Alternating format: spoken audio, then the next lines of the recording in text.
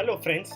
So in this video we'll be talking about sensors and actuators. So what are these jargon words? What does this do? So coming to sensors. A sensor does exactly what its name suggests or indicates. It senses. That is, if there is any parameter that is to be measured. More specifically, a sensor it measures some physical quantity and converts that measurement reading into a digital representation. So reading some physical quantities and converting it into a digital representation is what a sensor does. It senses. Now there are various sensors that we can use in building a prototype or engineering model or a project. Yes, and there are broad classifications for these sensors also. So come, let's look at some of them. So there are few groups of sensors that are basically classified and divided. So the first one is active or passive sensors. So the sensors that can be categorized based on whether they can produce energy and typically require external power supply, or they simply receive energy and they don't require external power supply. So if it needs external power supply, then it is categorized as active, or else the vice versa for the passive sensors. Now there is invasive and non-invasive. The sensors can be categorized based on whether a sensor is part of environment or it is measuring, and invasive or it is external to it. So if it is part of an environment and measuring, so it is invasive. If it is an external, then it is non-invasive. Now coming to the next set of classification, we have contact and no contact. As the name suggests, sensors can be categorized based on whether they require physical contact. That is, if the sensors read physical value upon touching or bringing in contact with the object, then it is in contact. If it is reading the value without in contact, then it comes under the categorization of non-contact. Then we have absolute and relative. So sensors can be even categorized based on whether they can be measured in absolute state or in relative or with reference value. So you have a threshold value, with that you keep measuring, then that is a relative. So absolute means you're completely getting an absolute state, you're completely getting a new value.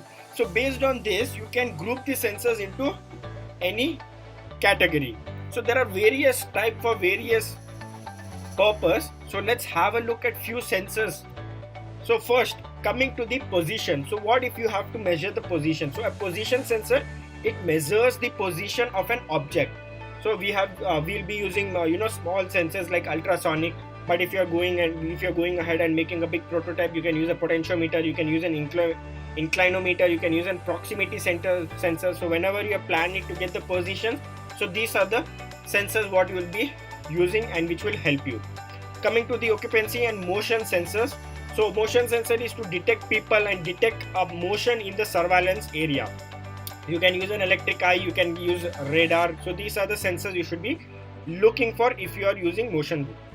Now what if you have to measure the velocity and acceleration? So velocity, it can be linear or it can be angular, indicating how fast the object can be moving, or it is moving along a straight path or it is following a fixed path.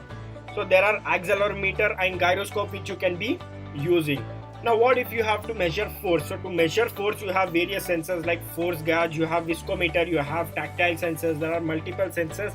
So if you are planning to read the force, then these are the sensors you will be required to. Now measuring pressure. So how do you measure pressure? So pressure sensors are related to force sensors also, and they are measuring the force applied. So you just need not detect force, but you need to detect the amount of force that is being put on the object, that is the pressure. So you have pressure sensors, you have piezometer, you have barometer, you have multiple sensors which you can use in order to get the pressure. Talking about flow. So when I'm saying flow, it is nothing but detecting the rate of the fluid flow. So for that we have anemometer, you have mass flow sensors, you have wattmeters which you can be using.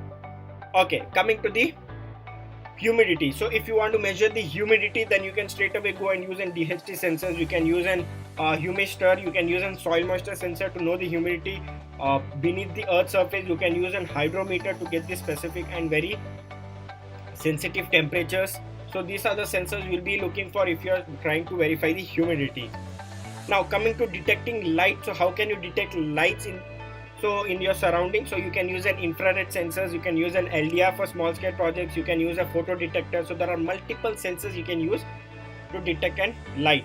Now to read radiations, so you can have gaseous Miller counters, you have inclinator neuron detectors, and you have multiple sensors which you can use for detecting radiation. Talking about temperatures, so you have temperature sensors. We'll be using DH11, you have LM39, LM35. There are temperature gauge, there are thermometers. So there are multiple sensors you can use in order to measure the temperature.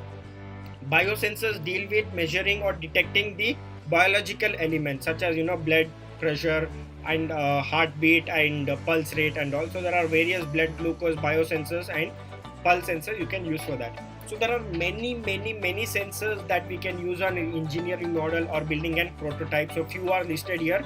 So these are the sensors that is used to read the value from the surroundings. So there are various sensors, few of them are listed here, which are used day to day in small projects and prototypes. Now coming to the next part, this is actuators. So what is the difference between sensors and actuators? Sensors is used to sense the data, actuators are used to act on it. So actuators are like the complement to the sensors. So they convert the digital representation or digital electrical signal into some real world physical environment, that is into some useful act, maybe some motion or moving or physical effect or some triggers, so on. So this diagram will give you a brief information of what is sensors and what is actuators. So you can see a sensor senses from real world physical environment. So from real world you're converting that parameter or you're converting that form to a digital representations in zeros and ones, in analog values like 0 to 1, 0 to 3. You are having various clock cycles, many things, yes, duty cycles. So you're sensing it and converting it into a digital form. So that is a sensor, what you're seeing at the top, from real world to digital representation. Now coming to an actuator, it is the vice versa. That is, you get the digital representation or the electrical signal. Based on that, you act to do a useful work in the real world physical environment. Say for example, you need a DC motor. So if some automatic doors, yes. So if the sensor sends some human coming forward, so it takes that electrical signal, it takes that physical environment signals and it converts into digital representation and gives it to a microcontroller. Then the microcontroller acts on it. So it uses a DC motor to open the doors, or you can say AC motors to open the door, automatic doors. So that opening of door is nothing but getting the digital representation and acting on some useful real world physical environment. So this is the difference between your sensors and your actuators. So there are also various classifications of actuators. So based on type of motion, you have actuators which can be defined based on type, based on the power consumption, based on whether it is discrete or continuous, area of application where you'll be using it, types of energy that it will be using. So you have example mechanical actuators. So you have lever, screw, you have jack, hand crank. These all are nothing but mechanical actuators. Electrical actuators, you have like bipolar transistor, you have diode, you have capacitor. So things are known as actuators.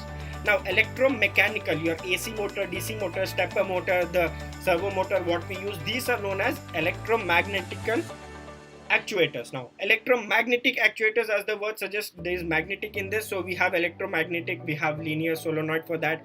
For hydraulic and for pressure, we have hydraulic cylinder, we have pneumatic cylinders, we have piston control valves, we have air motions.